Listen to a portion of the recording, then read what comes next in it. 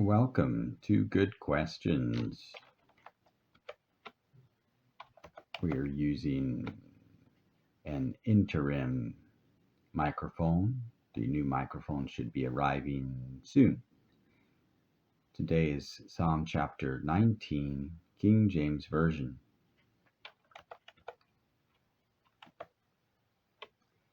The heavens declare the glory of God, and the firmament sheweth his handiwork.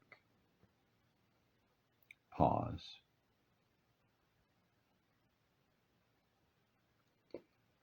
This is a very painful verse for me to read. What word is used for heavens? What word is used for firmament?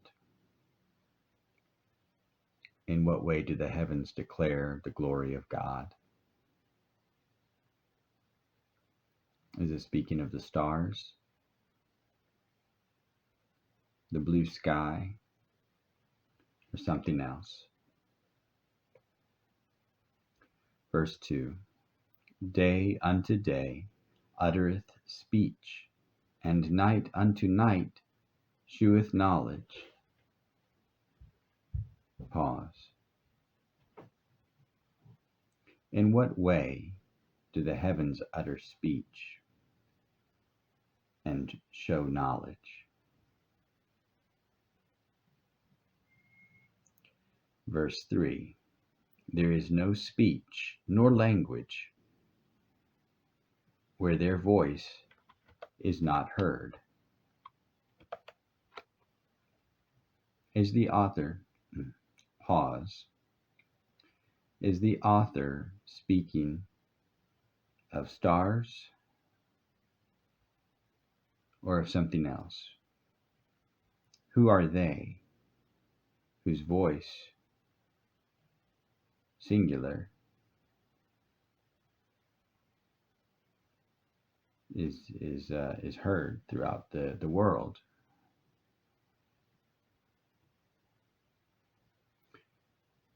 Verse 4. Their line is gone out through all the earth, and their words to the end of the world. In them hath he set a tabernacle for the sun. Pause. What is a tabernacle for the sun? What does a tabernacle look like? What is its form? And what is its meaning? How is it different from a temple?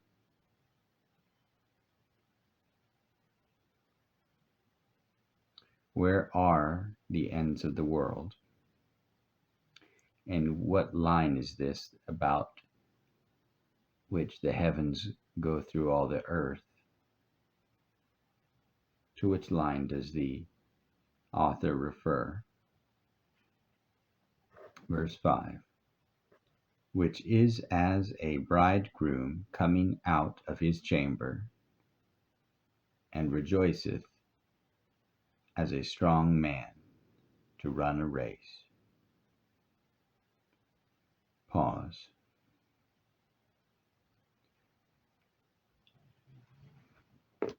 Why is the adjective strong in the English used to refer to a man who is competent to win a race? Why is not the word for quick or fast used? When the author refers to a bridegroom coming out of his chamber, what is the context? When in modern America, marriages often happen in a church, and they're usually the most grave moment of the ceremony is when the bride appears from the back of the room. How do we contrast this to where the bridegroom, the man,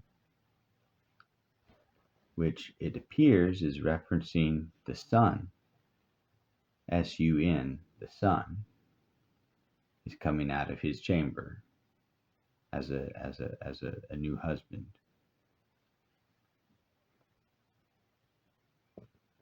Verse 6. His going forth is from the end of the heaven, and his circuit unto the ends of it, and there is nothing hid from the heat thereof. Pause.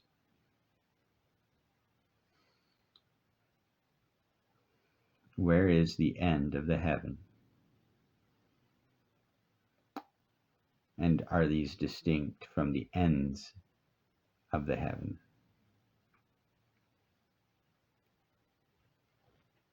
Why does the author bother to mention that nothing can hide from the heat of the sun?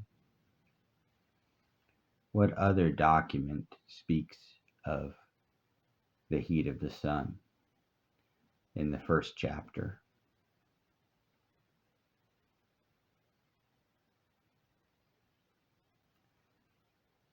Verse 7. The law of the Lord is perfect, converting the soul. The testimony of the Lord is sure, making wise the simple. Pause. What is the law of the Lord? What does it mean for a soul to be converted? If the law of the Lord converts a soul, how then can a soul be converted without the law of the Lord? If a soul is not converted that hears the law of the Lord, what is the matter with that soul?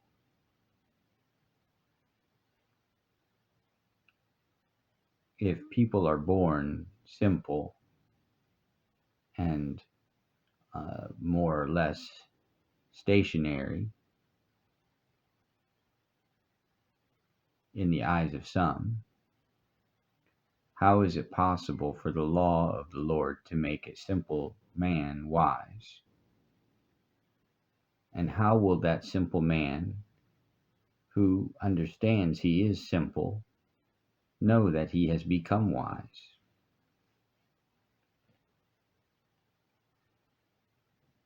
Verse 8. The statutes of the Lord are right, rejoicing the heart.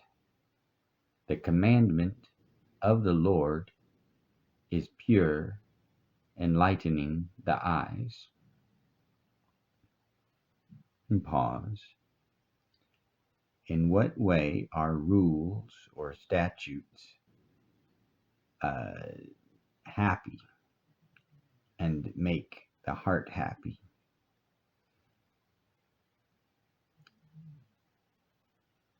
How are eyes enlightened? By commandments. Verse 9. The fear of the Lord is clean, enduring forever. The judgments of the Lord are true and righteous altogether. Verse 10. More to be desired are they than gold, yea, than much fine gold, sweeter also than honey and the honeycomb.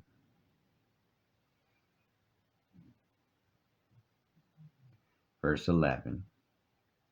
Moreover, by them is thy servant warned, and in keeping of them there is great reward. Pause. Of what is the servant warned? The author. What peril awaits the author? What reward is there in keeping rules? A certain kind of rule. God's rule. Verse 12.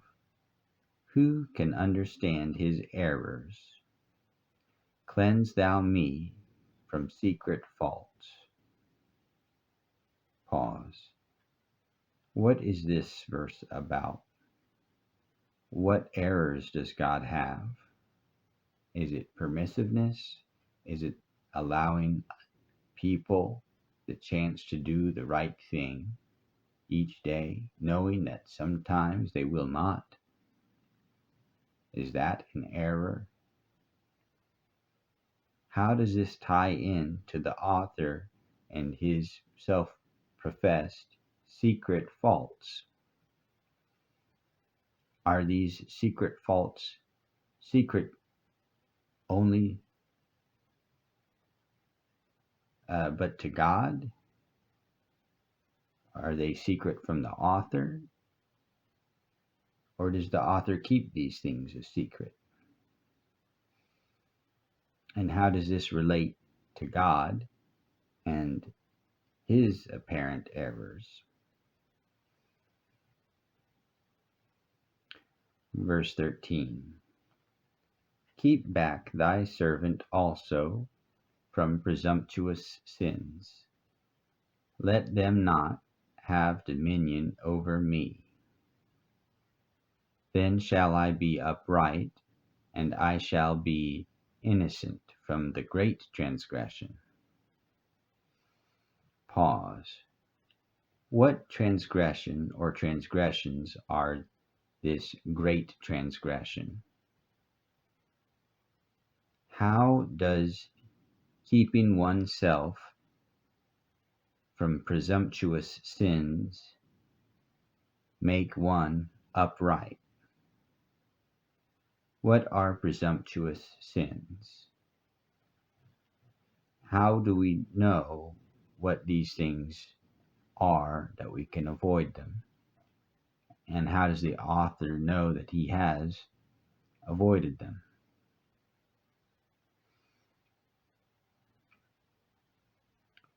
Verse 14.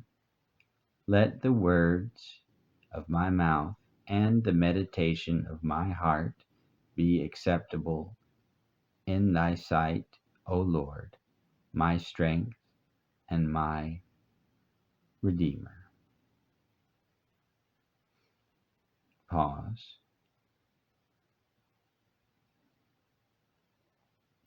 How does one change the words of the mouth and change the meditation of the heart?